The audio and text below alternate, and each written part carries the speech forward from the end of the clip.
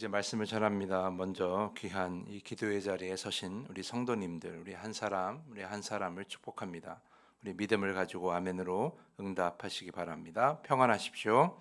성령 충만하십시오. 이 시간의 말씀과 기도를 통하여서 삶을 마치는 그 순간까지 영적 전쟁에서 늘 승리하는 여러분 모두가 되기를 간절히 축복합니다. 사사기 8장은 미디안 족속과의 전쟁 그 마지막 부분을 기록하고 있습니다. 기드온은 미디안과의 그 어려운 싸움에서 승리합니다. 사사기 8장 28절을 보면 미디안이 이스라엘 자손 앞에 복종하여 다시는 그 머리를 들지 못하였으므로 기드온이 사는 40년 동안 그 땅이 평온하였더라, 이렇게 기록하고 있습니다. 이스라엘 백성들은 미디안 족속으로부터 강한 압제를 받고 있었습니다. 먹을 것을 도저히 구할 수가 없는, 다 빼앗기는 그런 압제 안에 있었지만 기드온으로 인하여 40년 동안 그 땅이 평온하였다라고 기록하고 있는 것이죠. 기드온이 하나님으로부터 온전히 쓰임 받았고 또 하나님의 구원이 이스라엘 땅 가운데 임하게 되었습니다. 기드온의 승리는 굉장히 놀라운 일입니다. 우리가 계속해서 말씀을 묵상해서 아시는 것처럼 기드온은 그 수만 명, 아니 헤아릴 수 없는 그 수많은 미디안 군사들을 단 300명의 군사로 승리합니다. 한 번만 승리하는 것이 아니라 오늘 말씀을 보면 끝까지 쫓아가서 승리하게 되죠. 그런데 주변에 여러 가지 도움도 받지 못하고 또 질투도 받고 여러 가지 어려움이 있음에도 불구하고 기드온은 300명의 군사로 끝까지 쫓아가 승리하게 됩니다. 굉장히 놀라운 승리라고 할 수 있습니다. 근데 오늘 읽은 사사기 8장에서 주목해야 할 것은 이 승리가 아니라 이 모든 싸움에서 이긴 다음의 일입니다. 이스라엘 백성들 기드온의 모습을 보면 그들이 갑작스럽게 변화되는 모습을 보게 되죠. 22절 말씀 보면 그때 이스라엘 사람들이 기드온에게 이르되 당신이 우리를 미디안의 손에서 구원하셨으니 당신과 당신의 아들과 당신의 손자가 우리를 다스리소서 하는지라. 평화를 이루고 모든 전쟁에서 승리한 다음에 이스라엘 백성들이 기드온이 승리한 걸 보고 나서 이렇게 이야기를 한 거죠. 당신과 당신의 아들과 당신의 손자가 우리를 다스리소서. 이것이 무엇을 요구하는 겁니까? 왕을 세워달라라는 겁니다. 그러니까 사사들로 인해서 이스라엘이 어떤 구원을 받는 것이 아니라 주변 나라들처럼 우리도 왕을 세우자. 그래서 왕과 그 왕의 아들과 왕의 손자들이 계속해서 다스리는 그런 주변 나라들과 같은 왕정 시대를 요구하고 있는 것입니다. 사실 이스라엘은 왕을 세우지 않았죠. 왜냐하면 하나님께서 그들의 온전한 왕이 되시기 때문입니다. 그래서 왕이 필요 없고 하나님의 말씀을 전하고 하나님의 일을 대신하는 사람, 그래서 사사들만 있으면 되는 거였습니다. 하지만 주변 나라들이 강성해지고 이스라엘 민족은 그에 비해서 약하다고 생각했는데 그 이유가 다른 나라들은 왕이 있고 우리는 왕이 없기 때문에 이렇게 늘 압제당하고 우리가 늘 어려움에 처하는 것이다, 이렇게 생각을 했던 것 같아요. 하지만 그들이 압제를 당한 것은 왕이 없어서가 아니라 하나님께 불순종했기 때문입니다. 하나님을 제대로 섬기지 못한 것이죠. 오늘 22절 말씀도 이스라엘 백성들이 하는 말 중에 당신이 우리를 미디안의 손에서 구원하였으니라고 기드온에게 이렇게 이야기를 합니다. 사실 그 말은 틀린 말이에요. 하나님이 기드온을 통해서 이스라엘 백성들을 구원하신 것이지 기드온이 이스라엘을 구원하신 것은 아니라는 거죠. 그러니까 그런 생각부터가 이미 잘못되어 있었다라는 거예요. 그런 온전한 믿음을 갖지 못하였기 때문에 계속해서 그들은 압제당하고 어려움에 처했던 것이지, 그것이 왕이 없어서 그런 것은 결코 아니라는 거예요.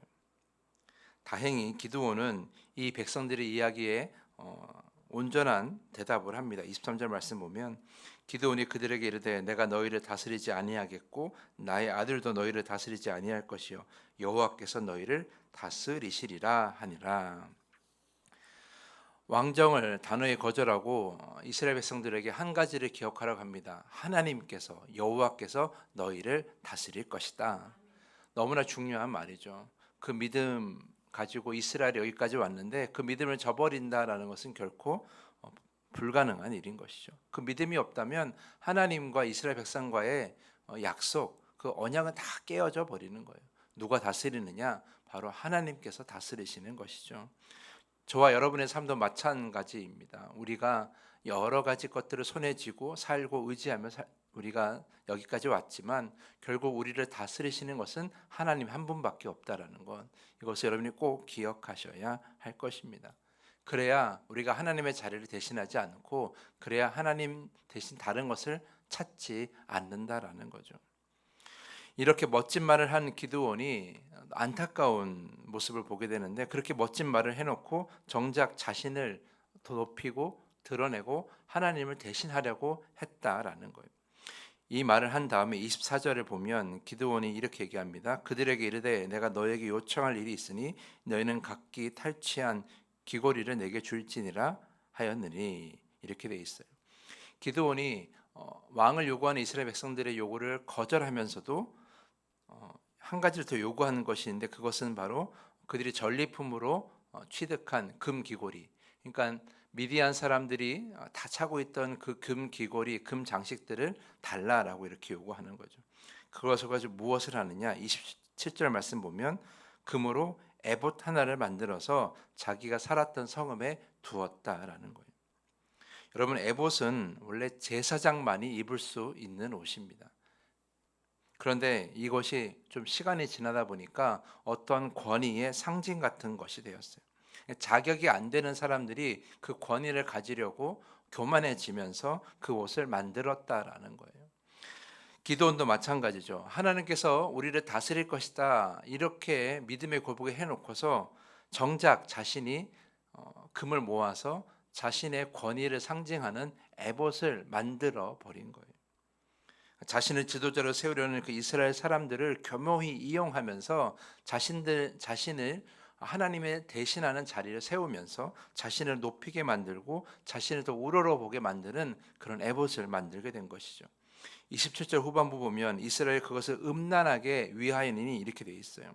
이스라엘 백성들이 그것을 어떻게 음란하게 섬겼겠습니까? 하나님을 대신하여 섬겼다라는 거예요.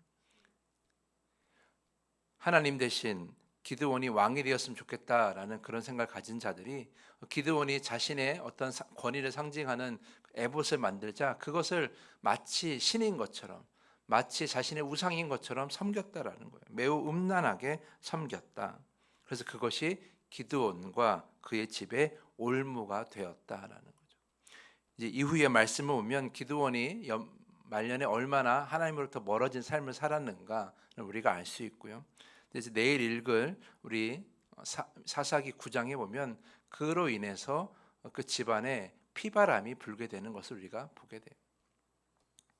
사랑하는 성도 여러분, 제가 이 말씀을 묵상하면서 정말 안타까운 것은 기드온이 모든 전쟁을 정말 그렇게 힘겹게 다 이기고도 정작 이기지 못한 것이 있으니 바로 자기 자신이라는 거예요.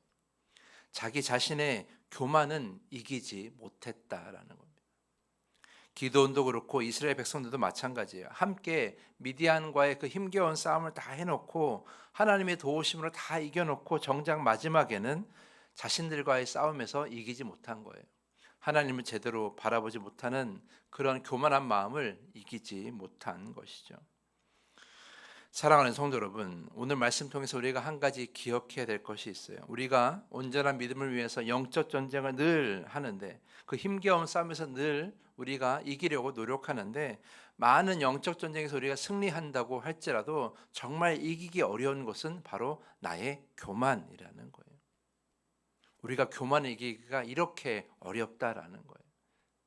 기드온과 이스라엘 백성들은 그 힘겨운 싸움, 그 말도 안 되는 싸움에서도 이겼지만 그 싸움을 다 이기고도, 그렇게 평화를 이루고도 마지막에 교만과의 싸움에서 실패한 거예요.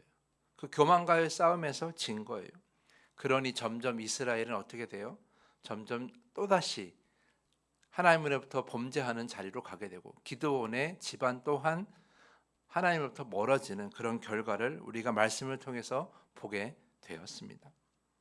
사랑하는 성도 여러분, 우리가 이 약점을 알아야 돼요. 저나 여러분이나 우린 다 이 교만을 이기기가 쉽지가 않아요. 반대로 생각하면 악한 영들이 우리를 무너뜨리려고 할 때 가장 많이 공격하는 분이 바로 이 교만이라는 거죠. 그래서 우리는 늘 기도해야 합니다. 주님, 오늘 하루 교만하지 않게 하여 주시옵소서. 나의 교만으로 주님을 대신하지 않게 하여 주시옵소서. 우리 늘 이렇게 기도해야 되는 거예요. 내가 교만할 수 있고, 내가 하나님을 대신하려고 할 수 있고, 내가 더 높아지려고 할 수 있다라는 그 마음을 우리는 늘 잊지 않아야 되는 거예요.